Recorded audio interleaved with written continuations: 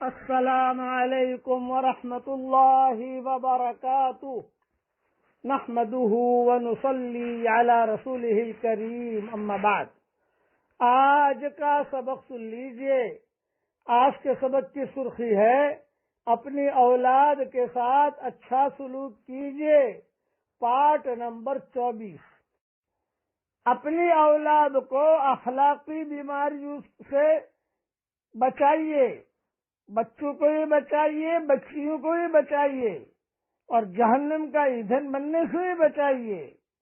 ابتدائی شعور کا زمانہ بہت نازک ہوتا ہے، اس میں عقل پختہ نہیں ہوتی اور جسمانی تبدیلیوں اور جذبات کا ظہور ہوتا ہے۔ اگر اس وقت میں بچوں کی اچھی طرح نگرانی نہ کی گئی تو بعد میں اس کے بڑے خطرناک نتائج برآمد ہوتے ہیں۔ اس لیے حضرت محمد صلی اللہ علیہ وسلم نے جہاں 10 سال کی عمر ہونے پر سختی سے نماز کی تاکید کرنے کا حکم دیا ہے، وہیں یہ بھی فرمایا کہ بچوں اور بچیوں کے بستر الگ الگ کر دو۔ سنن ابو داؤد میں یہ حدیث ہے۔ شارحین حدیث اور جتنے مفسرین ہیں وہ لکھتے ہیں کہ 10 سال کی عمر کے بعد ہر لڑکے اور لڑکی کا بستر الگ کر دینا چاہیے، ہر بچے بچی کا بستر الگ کر دینا چاہیے۔ حدیث کا مقصود صرف یہی نہیں ہے کہ بچے الگ لیٹیں اور بچیاں الگ سوئیں، بلکہ ہم عمر لڑکے اور ہم عمر لڑکیاں بھی ایک بستر پر نہ سویا کریں، اس لیے کہ اس عمر میں بے خیالی میں لپٹنا جھپٹنا اخلاق پر نہایت برا اثر ڈالتا ہے۔ افسوس ہے کہ آج کل عموماً گھروں کی تنگیوں کی وجہ سے، رہائش گاہوں کی تنگیوں کی وجہ سے حضرت محمد صلی اللہ علیہ وسلم کی اس پاکیزہ اور مفید ہدایت پر عمل نہیں کیا جاتا۔ پھر بھی حتی الامکان اس پر عمل کرنے کی کوشش کرنی چاہیے۔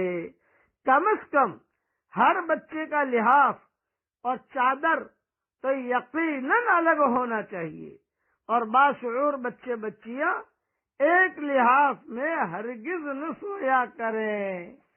یہ اخلاقی بیماریوں سے بھی اپنے اولاد کو بچانے کی بہت ضرورت ہے۔ ماں باپ بیڈ روم میں آرام کر رہے ہیں، کبھی کبھی رات کو 1 بجے، 1:30 بجے، 2 بجے اچانک لڑکیوں کے کمرے میں چلے جاؤ، بچیاں کیا کر رہی ہیں، لڑکے کیا کر رہے ہیں، چھوٹے بچے کیا کر رہے ہیں، اچانک چلے جاؤ۔ سلف صالحین کا معمول تھا کہ وہ اپنے بچوں کو اپنے ساتھ سلاتے تھے۔ بہت بڑا ہال ہوتا تھا، اس میں کئی جو ہے بستر ہوتے تھے، اور اپنے جو چھوٹے چھوٹے بچے ہوتے تھے ان کو اپنے ساتھ سلاتے تھے، جب تک کہ مکمل طریقے پر باشعور نہ ہو جائیں، تاکہ وہ دیکھتے رہتے تھے کہ کہیں کوئی غلط حرکت تو نہیں کر رہا۔ اور جہاں اپنی ضرورت ہوتی ہے میاں بیوی کی، وہ کسی وقت میں تنہائی میں وہ پوری کر لیتے تھے۔ لیکن یہ کہ اس زمانے کا یہ ماحول تھا۔ اب یہ ماحول بدل گیا، فلٹ بن گئے، اب پرانے زمانے کے مکانات بھی ختم ہو گئے، وہ ساری چیزیں ہوں گی۔ چلو الگ الگ بیڈ روم ہے، کم سے کم چکر لگا لے، ماں چکر لگا لے کہ میری بیٹی کیا کر رہی ہے، میرا بیٹا کیا کر رہا ہے، آپ کو دیکھے گا۔ اچھا، جو آپ نے موبائل ان کو دے رکھے ہیں، ایک خاص نصیحت کرتا ہوں، جو آپ نے موبائل، ایک تو موبائل دو مت، لیکن آپ نے دیے ہیں کوئی ضرورت کی وجہ سے، وہ موبائل رات کے وقت میں اپنے پاس لے کر رکھ لو۔ بیٹا صبح ملے گا، ابھی نہیں، ہم صبح دیں گے جب ضرورت ہوگی آپ کی۔ اور یہ بھی کر سکتے ہیں کہ ہوم ورک کرنا ہے، موبائل کی ضرورت ہے، سامنے بٹھاؤ، تھوڑا ٹائم دیجیے، آپ سامنے میں بیٹھی ہوں، آپ اپنا ہوم ورک پورا کر دیجیے۔ جہاں ہوم ورک پورا ہو جائے فوراً جو ہے موبائل لے لو۔ موبائل جو ہے یہ آج کا دجال ہے، وہ بڑا دجال جو آئے گا وہ تو بعد میں ہوگا۔ عربوں میں جوال کو دجال، موبائل کو جوال کہتے ہیں۔ تو میں عربوں میں جب بیان کرنے کے لیے بیٹھتا ہوں تو میں اعلان کرتا ہوں بھائی دجال کا سوئچ آف کر لو۔ وہ بہت ہنستے ہیں عرب، میں نے اس کا نام رکھا ہے دجال عربوں کے لیے۔ میں نے کہا اس کو سوئچ آف کرو یا وائبریٹ پر کرو تو اللہ رسول کی بات سمجھ میں آئے گی، ورنہ تم موبائل بھی دیکھتے رہو گے، بات بھی سنتے رہو گے تو اللہ رسول کی بات کیا سمجھ میں آئے گی؟ اس لیے اپنی اولاد کے ساتھ اچھا سلوک کیجیے، اچھے اخلاق انہیں سکھائیے اور حضور صلی اللہ علیہ وسلم کی باتوں پر انہیں عمل کرائیے۔ اب پڑھ لیجیے میرے ساتھ، سبحان اللہ و بحمدہ عدد خلقہ